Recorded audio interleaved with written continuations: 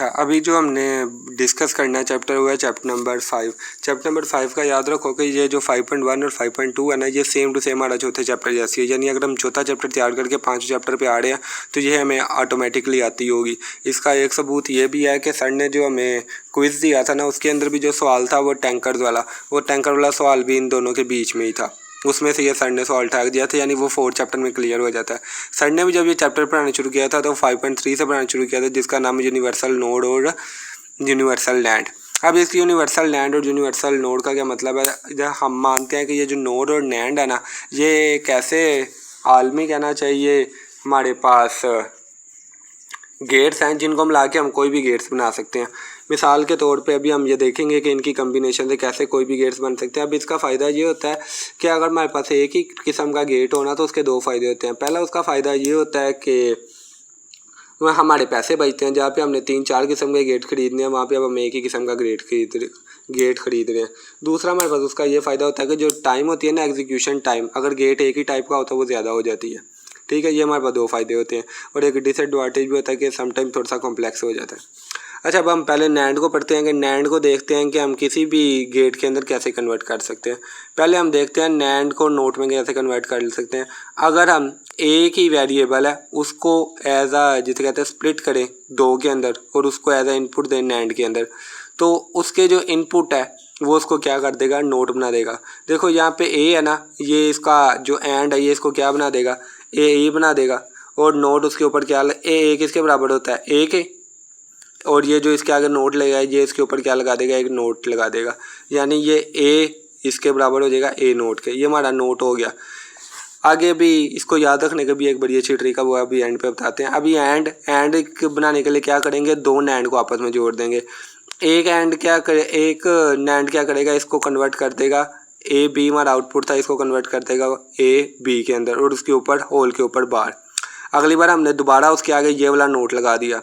ये मिसाल तौर पे उसने उसको एज एक वेरिएबल लिया और एक बी के ऊपर बार थी, इसने उसके ऊपर एक और बार रख दी।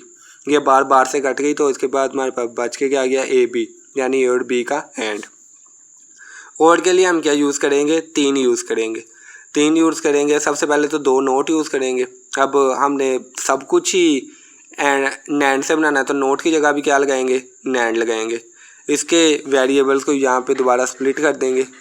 यहाँ पे स्प्लिट करके पहले यहाँ पे ए का बार जैसे यहाँ पे था, फिर यहाँ पे बी का बार जैसे यहाँ पे था, और इसके बाद इन दोनों को क्या कर देंगे, नैंड कर देंगे। ये इन दोनों को नैंड करने से यहाँ पे क्या आएगा, ए बार बी बार और इसके ऊपर होल का बार। होल के बार की वजह से आपको पता है डी मॉर्गन लॉ कि अगर होल के ऊपर बार और वो मल्टीप्लाई हो रहे हो तो उनके दरमियान किसका साइन आ जाता है, प्लस का।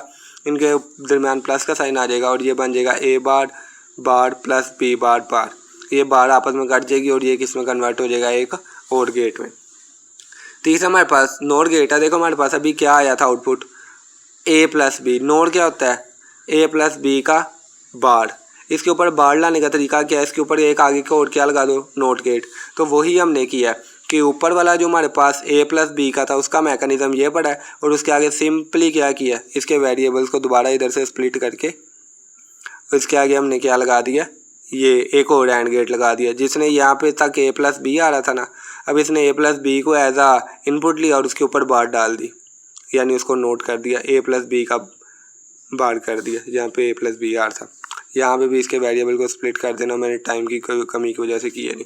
अब मिसाल के तौर पे हमने और के गेट बनाने हैं तो और के गेट कैसे बनाएंगे, ये नोड से ये सारे गेट कैसे बनाएंगे। देखो वो बड़ा सिंपल है। अगर आपने एक ये याद कर लिया ना, आप नोड का खुद ही याद कर लोगे। जैसे नैंड में नोट बनाना था तो क्या यूज़ किया था, सिर्फ एक नैंड यूज़ किया था। नोड में भी जब नोट बनाना होता है सिर्फ एक नोड यूज़ करेंगे। ए इसको दोबारा स्प्लिट कर देंगे जैसे पहले वाले को किया था और इसके आगे अपना नोर गेट लगा देंगे। ये इसको किस में कन्वर्ट कर देगा, ए बार में। सिंपली अगर इसका एंड बनाना है, देखो नैंड के अंदर एंड शामिल था तो इसमें दो गेट लगे थे। अब नोड को और बनाना है तो नोड में और शामिल है, यानी ये और का और ही नोड बनाता है ना। तो इसके लिए हम क्या करेंगे, इसके अंदर यानी नैंड के अंदर दो गेट लगे थे, अब इसके नोड को और बनाना जो कि इसी का हिस्सा है, तो उसके लिए हम इसमें भी दो नोड के गेट लगा देंगे, ए बी एक और का गेट, दूसरा और का गेट। अच्छा, अब इसमें जब नैंड में और बनाना था तो 3 गेट लगे थे, क्योंकि और उसके लिए बेगाना था, एंड तो अपना था ना, उसके अंदर हिस्सा था, और तो उसके लिए बेगाना था। अब नोड के लिए कौन बेगाना है? नोड के लिए एंड बेगाना है। बेगाने के लिए ये क्या करता है? 3 गेट लगा देता है। इसमें भी 3 गेट आ जाएंगे। पहले ए का नोट का वही वाला, फिर बी का नोट, यहाँ पे इसके इनपुट्स को स्प्लिट करना है और इनको आपस में ही और नोड और वगैरह कर देना, ठीक है। और इसमें अब इसके बाद तीसरा गेट, ठीक है। चौथी बात क्या है? नोड में यहाँ पे हमारे पास क्या आउटपुट आ रहा है इसका? यहाँ पे हमारे पास आउटपुट आ रहा है ए प्लस बी। अब हमने इसको नैंड बनाना तो ए प्लस बी का बार लगाना पड़ेगा। बार के लिए क्या करेंगे? इसके आगे नोट लगा देंगे, तो यही वाला इसके, लेकिन इसके आगे बस एक और ये आके जुड़ जाएगा। सेम ऐसे ए, इसका बार, ये और का मैंने गलती से गलत शेप बना दी, ये बी का,